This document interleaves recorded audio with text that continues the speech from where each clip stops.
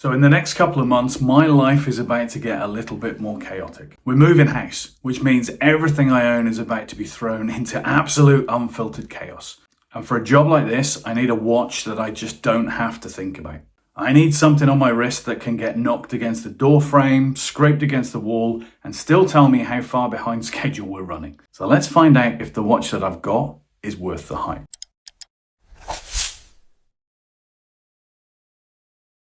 The watch I'm talking about is the Islander Saltaire, and on paper this looks like the perfect candidate for the job. For the next 3 months I just don't have time for precious things. I can't be worried about a delicate automatic movement or taking my watch off every time I lift something heavy. I need a proper tool watch, a pure grab and go piece that feels like it was made for this kind of work. Now I chose the Saltaire for a few specific reasons. First off, its power source, right? It's solar. But not just any solar. It runs on the Miyota 2070 ring solar quartz movement. Now what that means in the real world is there's no battery changes, no winding, and no worrying about it dying on me. It just works. Secondly, this is a dive watch, which in the watch world is basically shorthand for built like a tank. You've got 200 meters of water resistance, a screw down crown, and a solid stainless steel case, which should be perfect. And finally, its size, right? So it comes in at 38 millimeters, so it's compact and designed to stay out of the way, which is exactly what I need when I'm trying to get the sofa through a doorway that suddenly feels half the size it should be. So the specs are there, the promise is there, and the real test is about to begin. All right, so the first part of any move is taking everything apart. And this is where a watch can really take a beating. Not from one big bang, but from 1,000 little scrapes and bumps. Pivot! Pivot! Pivot! Pivot! Shut up! Shut up! Shut up! Now, normally I'd be flinching after every knock, pulling my arm back to check the damage, but the whole point of this is not to worry.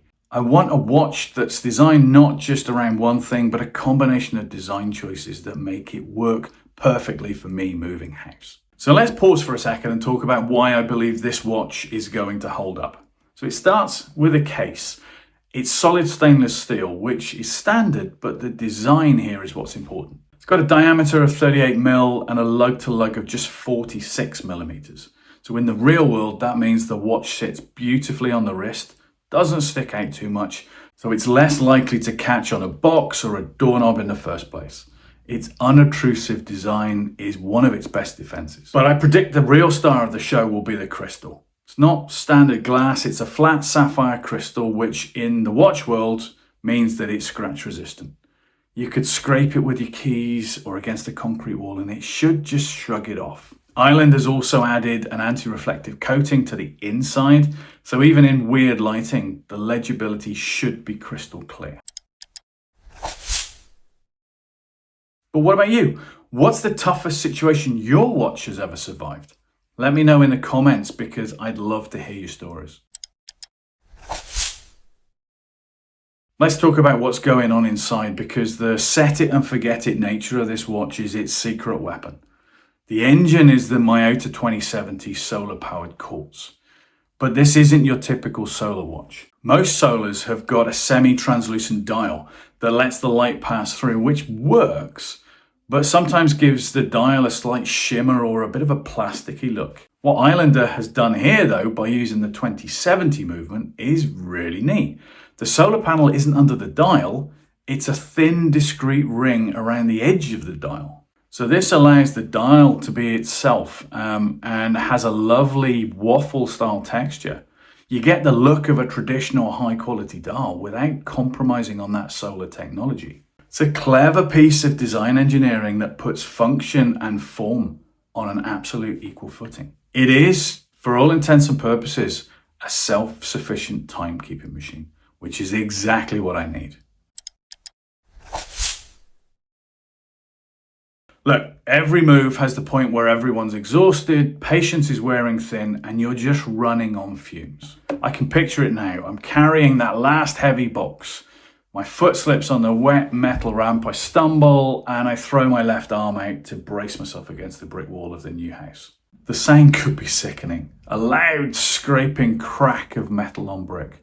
I honestly wouldn't even care about the box. I just want to stand there looking at my wrist, convinced that the watch would be a casualty. My hope is that after the fall against that brick wall that I'm imagining, I'm able to just pull my arm back, take a look, and everything is fine. And that's the whole idea here, right? I'm heading into this needing a watch that can survive the chaos. The question is whether the Islander Saltaire will do that. Will it prove that a watch doesn't need to cost thousands to be tough, reliable, and really well thought out? Will this watch, built on the promise of being worry-free, actually deliver what I need? We'll be sure to check back in a few months' time, where we'll see how the Saltaire actually holds up. Also, of course, if you found this video useful, please do consider liking it and subscribing to the channel.